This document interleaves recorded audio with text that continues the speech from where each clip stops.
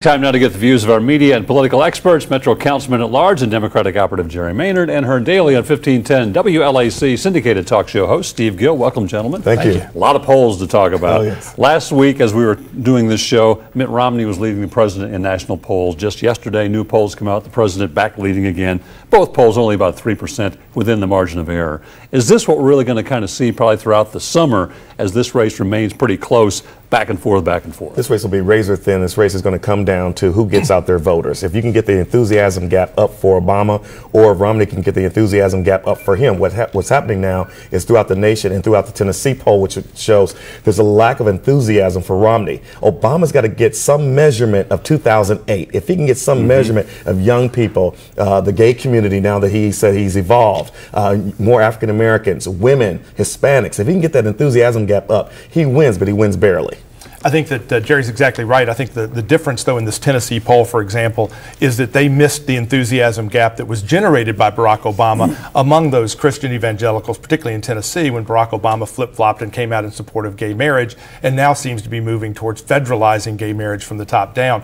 That enthusiasm gap was there, and I think it was reflected in this Tennessean poll to some extent, but this poll was taken at the beginning before he flip-flopped. I think the other problem with all these polls are twofold. One, you've got a lot of them that are overpolling Democrats. The Washington Post poll a week or so ago overpolled Democrats versus Republicans by 12 percentage points. Not surprisingly, if you ask more Democrats what they think, you'll get a better poll for Barack Obama. The second thing is this isn't a national race. It's a patchwork quilt of state by state. You've got to look at what's going on in the battleground states.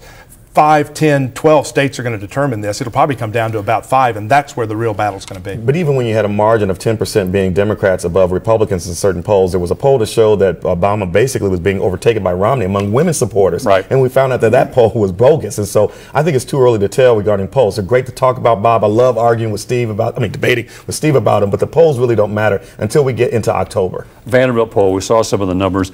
When all Tennesseans are polled, it's a dead heat here in Tennessee between the president and Mitt Romney.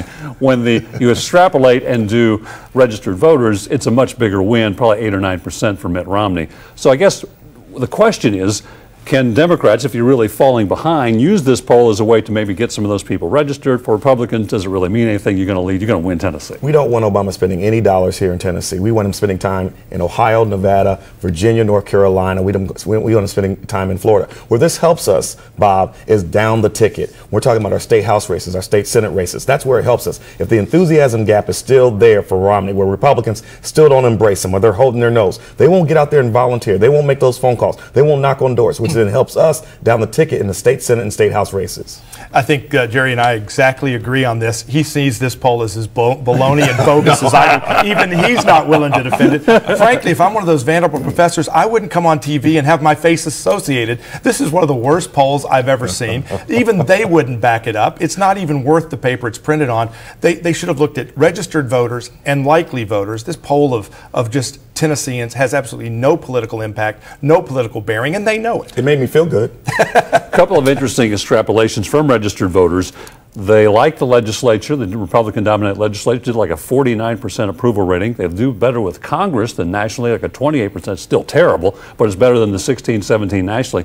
What does that say about the issues that are being approved and debated here in Tennessee and nationally as far as Tennessee voters are concerned? 51% still don't like the General Assembly. Well, that's now, true. That's not a good thing. No, it's 51%, not. And we do know that Tennessee is trending red, which means they have a lot of Republicans who are in that poll who are not happy with them. Listen, the Republicans got elected, said they were going to focus on jobs and the economy. They've done everything but that. Haslam's trying to keep them at bay to the extent he can, but he was invisible. And Steve's got to agree with me. Haslam did not show any leadership in 2010. He's shown some leadership in 2012, but he has not shown the leadership that he needs to on creating jobs and helping the economy in Tennessee. Well, I'm never going to voluntarily agree with Jerry, but I'll agree that the governor was less than visible this session on some key issues. I think the key thing to keep in mind, again, when you look at this polling, when people say they're dissatisfied with Congress in Washington or the Tennessee General Assembly, some of them are dissatisfied because they see them as too far to the left, others see them too far to the right. So you have some conservatives in Tennessee that don't like what the legislature did because of a variety of issues. So that, approval rating doesn't always show you everything. I think what we do see here in Tennessee and nationally,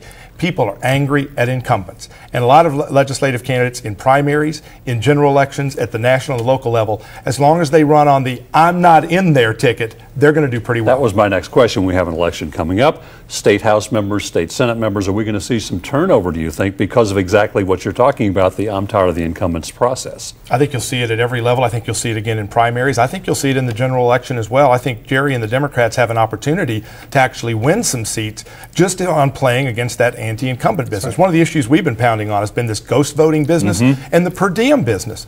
And that cuts both ways. And it's going to cut against Democrats, it's going to cut against Republicans, and those who say, I'm not going to be doing business as usual, this is wrong, push the I'm not going to be button part if of it. you're not there. Because, you know, if the Tea Party gets a lot of their candidates in, and let's say they win the primary, and you get a lot of incumbents out, they might not have the wherewithal in the political strategies to win that election, and may give some Democrats an opportunity for some upsets, especially in the rural areas where you have Tennessee Democrats and Tennessee Republicans with basically the same values, with the same agendas, where there's not that much difference between the two of them. The problem there is going to be that overlay of the presidential campaign. And when you've got a candidate as far to the left as President Obama, that's going to be a depression, I think, of the turnout in those rural areas where those traditional conservative Democrats aren't going to find any reason to turn out for the president, and they'll probably stay home unless you guys can turn them out. No, that would be true, but the Vanderbilt poll showed us that the president and President and Romney are tied at 41%. If you look at the just general population, about 20% in this poll don't even know anything about this process. And as easy as it is to register, if 25% of the people in your poll haven't even registered when you've got moto-voto,